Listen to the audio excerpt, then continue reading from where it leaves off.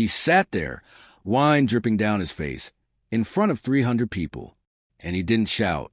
He didn't cry. He just smiled, the quiet, knowing smile of a man who understood that she had just destroyed herself. This is a story of one woman's pride, and the night, it cost her absolutely everything. I want you to picture a room full of the most powerful people in Texas. Gleaming chandeliers, tables draped in white linen. The kind of event where one handshake can be worth $1 million. This is a Houston Leadership Charity Gala, the most exclusive gathering in the state. And walking through those doors like she owns every inch of the place is Sandra Caldwell. Sandra isn't just wealthy. She's old money wealthy. Her grandfather started Caldwell Defense Solutions back in the 1940s, building equipment for World War II. Her father grew it into one of the biggest military supply companies in America. And now, Sandra, the only daughter, the chosen heir, carries that name like a crown she never earned but believes she deserves. Her husband, Robert Caldwell, is the company's CEO, a quiet, calculating man who has spent years cleaning up after Sandra's messes at fancy events. Tonight, he's nervous. He whispers to her in the car on the way over, "Sandra, please. Tonight is too important. Caldwell Defense is bleeding money. We need the government's new drone contract more than anything. Just be on your best behavior." She pats his hand like he's a child worrying too much. From the moment Sandra walks into that ballroom, she begins performing. She sends her cocktail back twice, complaining loudly that the server, a young Latino man, probably didn't wash his hands. She questions out loud whether the black parking attendant outside actually went to school. She steers a young woman away from a conversation, suggesting she'd be more comfortable helping in the kitchen. Each comment is said with a smile. Each cruelty is wrapped in pearls and perfume. This is who Sandra Caldwell is when she thinks the world is watching and approving. Then a man walks through the door, and something about him bothers her immediately. He isn't flashy. He isn't loud. He moves through the room with a quiet confidence that Sandra can't quite explain, and that's exactly what irritates her. He's a black man in a perfectly tailored Navy suit, and people are gravitating toward him. Pentagon officials, business leaders, people who matter. And they're not just being polite. They're leaning in. They're listening. Sandra grabs Robert's arm. "Who invited him?" she asks. Robert doesn't know. But Sandra has already decided she's going to find out. And she's already decided she's going to do something about it. She doesn't know it yet. But that decision is going to cost her everything. His name is Colonel James Holloway. And you need to understand who James Holloway is before I tell you what happens next. James grew up in South Dallas. He enlisted in the Army at 18 with nothing but determination and faith. He served 2 tours in Iraq and 1 in Afghanistan. He earned his rank through blood and sacrifice and 25 years of never giving up, even when the world gave him every reason to. By the time that gala night arrived, James wasn't just any military officer. He was the head of the Department of Defense's New Technology Division, the man personally responsible for approving or denying billions of dollars in government contracts. Tonight, he wasn't there to network. He was there to quietly evaluate which companies deserved to be trusted with America's future. But Sandra Caldwell didn't see any of that. She saw a black man at a table she thought belonged to people like her. She picked up her glass of red wine, walked across that beautiful ballroom, and she began her performance. "Excuse me," she announced loudly enough for 3 tables to hear. "I believe there's been some kind of mix-up with the seating. This section is reserved for real defense contractors and military leadership." She looked directly at James. "Not 4 charity cases." James looked up calmly. He did not raise his voice. He did not flinch. "I was personally invited by the Defense Innovation Unit." "Ma'am." "Table 11. Is there a problem?" "Your invitation?" Sandra laughed. It was a sharp, ugly sound. "And what exactly are your qualifications? What government program put you here?" James replied simply, "I'm here to evaluate potential partners for our next major defense initiative." "Evaluate." Sandra's voice climbed another octave. "That's rich. Did you take some kind of online class?" She turned to the crowd that was now watching. "I'm sorry, but someone has to say what everyone's thinking. These diversity programs are getting completely out of hand. My grandfather built ammunition that won World War II. My family has earned our place at this table. And then she raised her glass. Get this monkey away from my table. You people need to learn your place. The red wine fell in a slow, terrible arc over James Holloway's head. It soaked his jacket. It dripped down his face. It stained the white tablecloth like an open wound. 300 people went completely silent. And James Holloway, decorated war veteran, head of a $50 billion division of the United States military, sat there, wine dripping from his chin, and he smiled. Not out of weakness, not because it didn't hurt, but because he recognized exactly what had just happened. Sandra Caldwell had just handed him the clearest picture of her character he could have ever asked for. Interesting choice, ma'am, he said quietly, dabbing his face with a handkerchief. Very revealing. By 6 o'clock the next morning, Sandra Caldwell was the most talked-about woman in America, and not in the way she dreamed of. The videos were everywhere. Twitter, Instagram, TikTok, YouTube, every platform flooded with the same footage. A woman in designer jewelry pouring wine over a composed black man while calling him an animal. The hashtag Winegate was trending #1 worldwide. 30,000 comments in 4 hours. News channels running the clip on a loop. But here's the thing that made it so much worse. Instead of apologizing, Sandra doubled down. She posted on social media at 2 in the morning. Sometimes standing up for real Americans means saying what others are afraid to. No apologies. Then she did a morning news interview, then a podcast, then another interview. Each time more defiant, each time more damaging.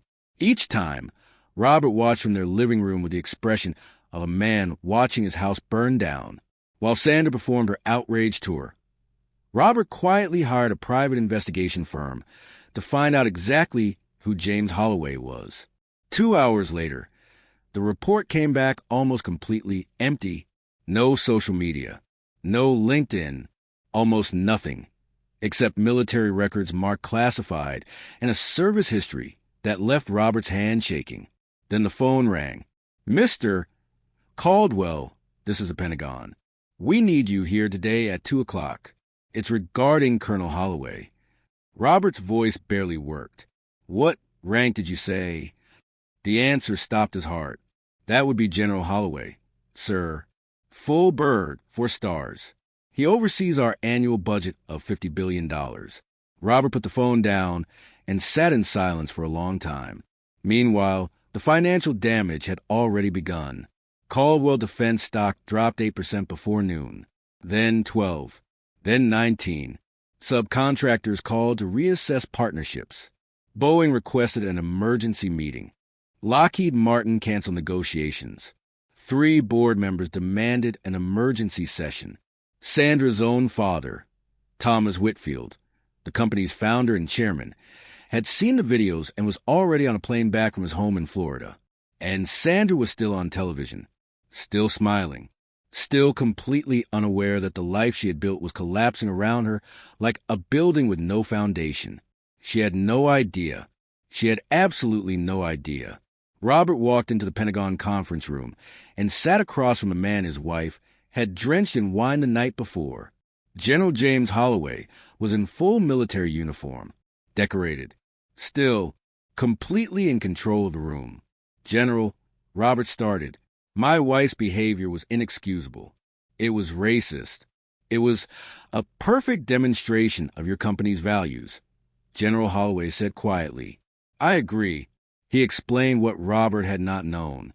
The government's new UAV drone contract, worth $1.3 billion, the contract that would have saved Caldwell Defense, had been on the table. Caldwell was the frontrunner. The technical proposals were strong. The pricing was competitive. And General Holloway had been there that evening not as a guest, but as an evaluator, assessing not just capabilities, but character. Character matters, Mr. Caldwell, the general said. We're trusting these companies with our soldiers' lives. We need to know what kind of people they are. He slid a tablet across the table. Video after video of Sandra's morning interviews played on loop.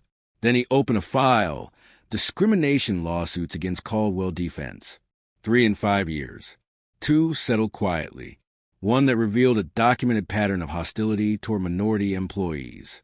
"The contract?" Robert asked, his voice barely above a whisper. General Holloway's answer was simple. It was awarded to a competitor this morning. "That decision is final." Then he added, "But whether your company has any future in government contracting at all, that depends on what you do next."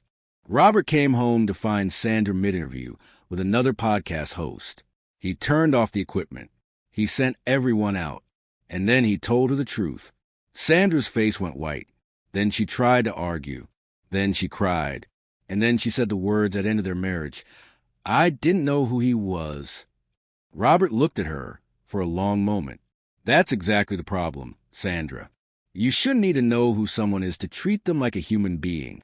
The board meeting that night was swift and brutal. Sandra's own father voted to remove her from the company. Her trust fund was frozen. The divorce papers were filed within the week. Every security badge, every company email, every title she had carried since birth, gone. In one night, she had unraveled 70 years of her family's work. And she finally understood that the wine had cost her everything. I want to tell you what happened to each of them, because a story like this doesn't end when the cameras go away. Sandra Caldwell lost the house, the accounts, and the name she had hidden behind her whole life. She moved into a small apartment in Austin. As part of her legal settlement, she was required to complete 200 hours of community service at a veterans shelter in East Austin, a shelter that served mostly Black and Latino veterans, many of them homeless, many of them forgotten by the very system Sandra's family had profited from for decades. She showed up her first day with her chin raised, still carrying the posture of someone who believed she was better than this. She left that day quieter. She came back the next day. And the day after that, she met a 70-year-old veteran named Walter, who had lost his leg in Vietnam and still made the same bad jokes every morning just to make the younger guys laugh. She helped a single mother named Patricia fill out job applications for 6 weeks until Patricia got hired. She listened, really listened, maybe for the first time in her life. Something changed in Sandra Caldwell. Not quickly, not cleanly, but genuinely. The woman who had once used people like furniture began to understand, slowly and painfully, that the human beings around her had always been more than she ever gave them credit for. General James Holloway used the incident as a catalyst for lasting reform. He testified before Congress about the need for character assessments in all major government contracting. New policies were adopted across 17 federal agencies. Defense contractors were now evaluated not just on technology, but on workplace culture, diversity leadership, and their demonstrated treatment of employees. The industry changed. Real change, not the cosmetic kind. Robert Caldwell rebuilt the company from scratch. He brought in external oversight. He restructured leadership to reflect the America his company claimed to serve. Caldwell Defense slowly, painfully, began to earn back its credibility, not through Sandra's name, but through demonstrated values. And General Holloway, now promoted to a 4-star general, never once gloated. When a reporter asked him about Sandra's eventual public apology, he said simply, "What matters isn't one woman's downfall. What matters is what we build because of it." Here is what I want to leave you with. Sandra Caldwell didn't lose everything because she made one bad decision at a fancy party. She lost everything because that moment revealed who she had always been, and the world finally saw it. The most dangerous kind of arrogance isn't the loud kind. It's the quiet, daily kind. The kind that looks down at a parking attendant and assumes. The kind that walks into a room and decides who belongs, and who doesn't based on nothing more than the color of someone's skin. We all have a choice about who we are when we think it doesn't matter, when the cameras aren't rolling, when no one important is watching. But here is the truth that Sandra Caldwell learned the hardest possible way. Someone is always watching. And more importantly, it always matters. Thank you for spending this time with me today. If this story moves something in you, share it. Because stories like this remind us that accountability is real, that character is everything, and that no amount of money or status can protect you from the consequences of how you treat other human beings. We'll see you next time.